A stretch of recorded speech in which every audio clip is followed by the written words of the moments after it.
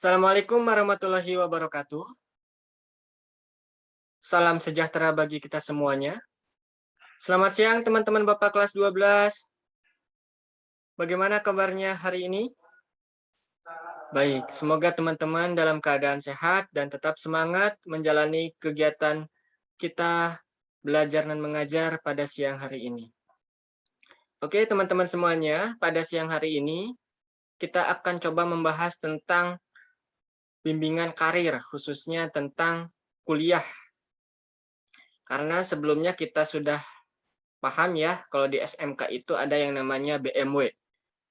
B-nya bekerja, wirausaha, dan meneruskan pendidikan ke tingkat yang lebih tinggi lagi di jenjang pendidikan tinggi. Seperti itu. Oke. Teman-teman, kita mulai saja. Ya, apa saja ya sih yang akan dibahas pada pertemuan kita hari ini? Pertama, teman-teman akan mengenal apa sih definisi dari perguruan tinggi. Kemudian teman-teman juga akan mengenal bentuk-bentuk dari perguruan tinggi. Iya.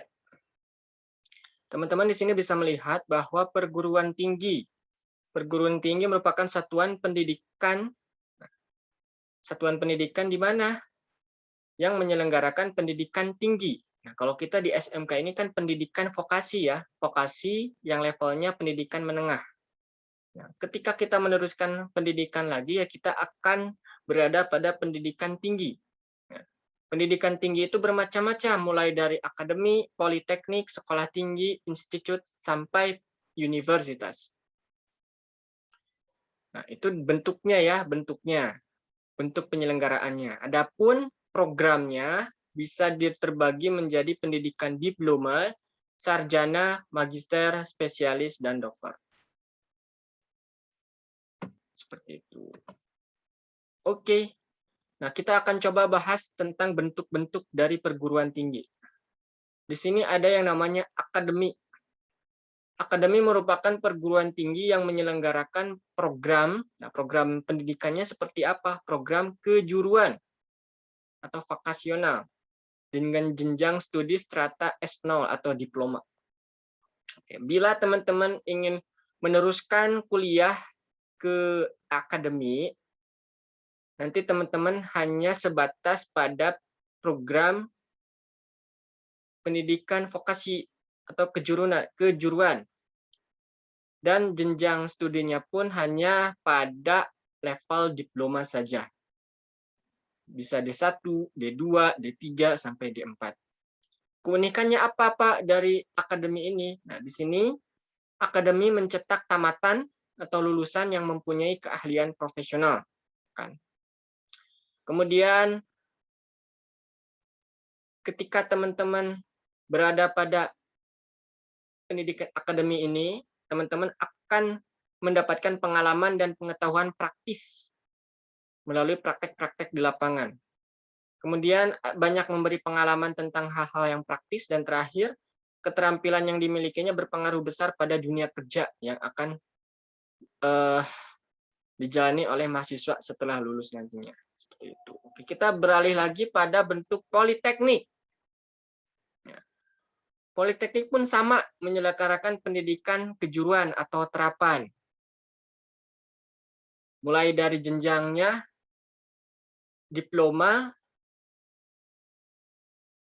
D1, D2, sampai D4. Ya. Hampir sama dengan akademi, keunikannya mencetak tamatan yang mempunyai pengetahuan khusus, profesional.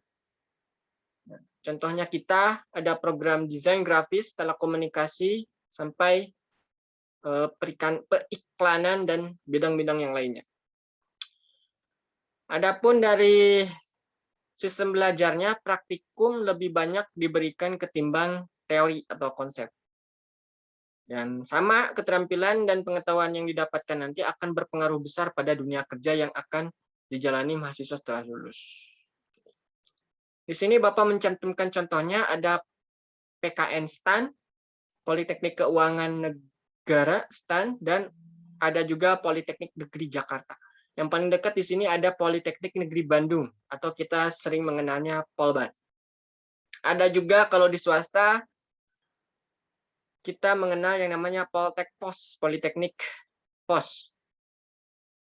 Itu menyelenggarakan satu-satunya program yang unik, itu kan program studi logistik.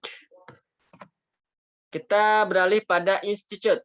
Nah, institute ini bisa menyelenggarakan D3 sampai S1, S2 sampai S3 gitu kan. Namun fokusnya pada satu atau dua rumpun atau bidang keilmuan saja. Nah, contohnya di sini ada Institut Teknologi Bandung. Artinya institut ini fokus pada bidang-bidang teknologi, ya. Kemudian ada Institut Pertanian Bogor. Kalau di IPB dia fokus pada bidang-bidang keilmuan tentang pertanian. Beda dengan akademi atau politeknik yang dibahas sebelumnya, institut ini lebih menekankan pada konsep ketimbang praktek. Jadi nanti bila teman-teman ada yang ingin meneruskan ke ITB atau ke IPB, nanti akan menjalani suasana belajar yang mungkin berbeda dari sistem belajar sebelumnya di SMK. Kalau misalnya nanti teman-teman ke ITB atau ke IPB, nanti akan coba belajar lagi menganalisis konsep, sampai mencoba untuk berpikir kritis dan menyelesaikan satu permasalahan berdasarkan konsep-konsep yang sudah dipelajari sebelumnya, seperti itu. Kemudian ada sekolah tinggi, nah, hampir sama dengan institut. Kalau sekolah tinggi, dia belajarnya fokus pada pendidikan kejuruan. Prakteknya bisa lebih banyak ketimbang konsep. Bapak di sini memberikan contohnya ada yang namanya STIS, Sekolah Tinggi Ilmu Statistik, dan bisa sekolah tinggi yang lainnya. Iya. Kemudian ada universitas. Sesuai dengan namanya, ada universal. Jadi mencakup semuanya, bisa dari D3, S1, S2 sampai yang S3. Pun ada pendidikan profesi.